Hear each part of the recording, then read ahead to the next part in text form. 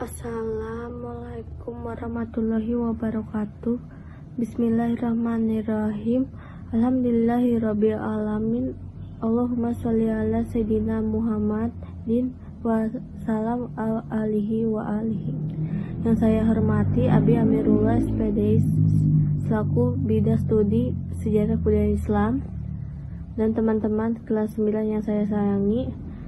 Kami dari kelompok 3 beranggotakan Marsyajara Kamal, Muhammad Fauzan Ramadan Amin, Muhammad Panji Alferansyah, Muhammad Syam Ramadan Novita Sari. Kami akan mempresentasikan sejarah kerajaan Islam di Jawa. Saya akan menjelaskan Kerajaan Demak. Kerajaan Demak merupakan kerajaan Islam pertama di Pulau Jawa. Terletak kerajaan ini berada Bintaro yang kini di dekat muara Sungai Demak. Pusat kerajaan terletak di antara pelabuhan Bergita dan Jepara. Kerajaan Demak didirikan oleh Raden Fatah yang memerintahkan pada tahun 1900 sampai 1518. Pengangkatan Raden Fatah menjadi sultan dipimpin langsung oleh Sunan Ampel. Berikut ini adalah silah Raja Kerajaan Demak. 1. Raden Fatah, 2. Pati Unus, 3. Sultan Tregono, 4. Sultan Hadiwijaya, 5. Arya Pengiri, 6. Pangeran Benawa. Kehidupan ekonomi. Kerajaan Demak memiliki peran yang sangat penting dalam perdagangan Indonesia. Bagian timur sebagai penghasilan rempah-rempah dan Indonesia bagian barat sebagai pasarnya. Kehidupan politik. Kerajaan Demak mencapai puncak kejayaan pada masa pemerintahan Sultan Tregono.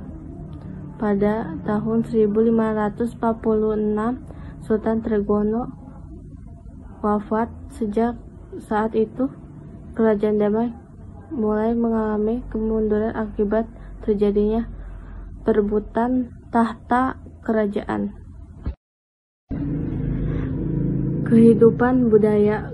Kebudayaan Kerajaan Demak terlihat pada bangunan Masjid Agung Demak yang dibangun oleh Raden Fatah yang dibantu Sunan Kalijaga.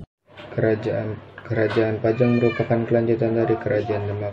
Pajang pada awalnya merupakan daerah bawahan Kerajaan Demak. Pada saat itu Kerajaan Demak mengalami keruntuhan yang disebabkan oleh Aryo Penangsang yang sangat ingin merebut tahta Kerajaan Demak saat itu. Namun Jaka Tingkir berhasil merebut tahta Kerajaan Demak dan kemudian ia memindahkan pusat Kerajaan Demak ke Pajang. Masa kejayaan. Kerajaan Pajang mengalami puncak kejayaan pada masa pemerintahan Sultan Hadiwijaya. Beliau dapat membuat para raja penting di Jawa Timur mengakui kekuasaannya. Ia juga berhasil memperluas daerah kekuasaannya di tanah pedalaman ke arah timur sampai Madiun. Selain memperluas daerahnya, Pajang juga mempunyai lubung padi yang besar karena irigasi berjalan lancar. Peninggalan Masjid Laweyan. Masjid ini didirikan pada tahun 1546 saat Sultan Hadiwijaya berkuasa di Kerajaan Pajang. Dulunya masjid ini merupakan sebuah pura Hindu. Masjid ini terletak di kota Surakarta, Jawa Tengah. Kerajaan Cirebon. Kerajaan Cirebon adalah kerajaan Islam di Pulau Jawa yang berdiri antara abad ke-15 hingga ke-17. Saat pemerintahan Pakungwati diserahkan kepada Syarif Hidayatullah, beliau memerintahkan Pakungwati dan mengembangkan daerah Cirebon menjadi kerajaan dan melepaskan diri dari kerajaan Pajajaran. Raja yang memerintah kerajaan Cirebon ialah 1. Pangeran Cakrabuana tahun 1445 sampai 1479. 2. Syarif Hidayatullah tahun 1479 sampai 1568. 3. Fatahillah tahun 1568 sampai 1570. 4. Penembahan Ratu I tahun 1570 sampai 1649. 5. Penembahan Ratu II tahun 1649 sampai 1677. Kehidupan ekonomi. Kesultanan Cirebon mengandalkan perekonomiannya pada perdagangan jalur laut, di mana terletak bandar-bandar dagang yang berfungsi sebagai tempat singgah para pedagang dari luar Cirebon. Kehidupan politik. Politik yang terjadi pada Cirebon berawal dari hubungan politiknya dengan Demak. Kehidupan politik pada masa itu juga dipengaruhi oleh beberapa konflik yang terjadi fasal VOC. Peninggalan. Keraton Keprabon. Keraton Keprabon adalah sebuah tempat pembelajaran yang didirikan oleh putra mahkota Kesultanan Kanoman yang merupakan pembagian dari Kesultanan Cirebon. Kerajaan Banten. Kerajaan Banten adalah kerajaan yang terletak di dataran Pasundan, Banten. Kerajaan ini didirikan oleh Sultan Maulana Hasanuddin pada tahun 1526. Kehidupan ekonomi Kerajaan Banten di bawah pemerintahan Sultan Agung Tirtayasa dapat berkembang pesat, yaitu dengan menjadi bandar perdagangan dan menjadi pusat penyebaran agama Islam. Kehidupan politik Kerajaan Banten.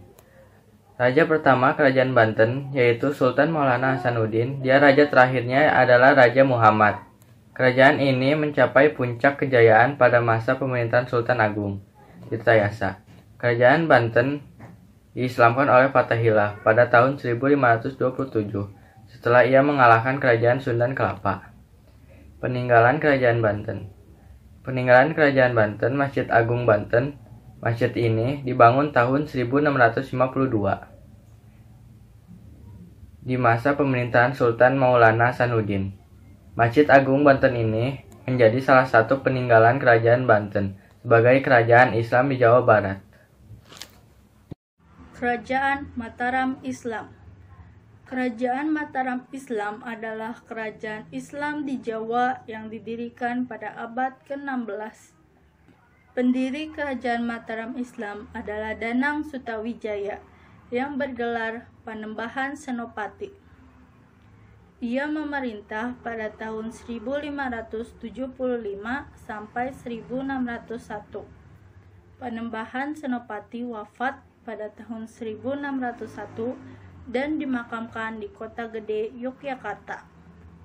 Ia digantikan oleh putranya yang bernama Mas Jolang tahun 1601 sampai 1613. Kemudian Raden Mas Rangsang atau Sultan Agung pada tahun 1613 sampai 1645. Kehidupan politik. Pada masa pemerintahan Sultan Agung, Kerajaan Mataram mencapai puncak kejayaan. Pengaruh Mataram memudar setelah Sultan Agung meninggal pada tahun 1645. Selanjutnya, Kerajaan Mataram pecah menjadi dua, sebagaimana hasil perjanjian Giyanti tahun 1755 berikut ini. Kasunanan Surakarta Hadiningrat di bawah kekuasaan Pakubuwono III dengan pusat pemerintahan di Surakarta.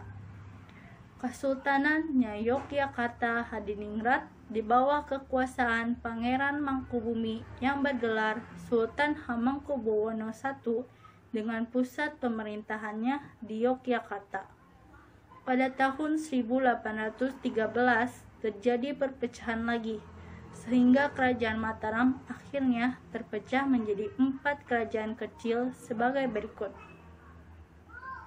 Kesultanan Yogyakarta, Kadipaten Pakualaman, Kasunanan Surakarta, dan Kadipaten Mangkunegaran. Peninggalan. Salah satu peninggalan Kerajaan Mataram Islam yaitu Masjid Agung Gede Kauman.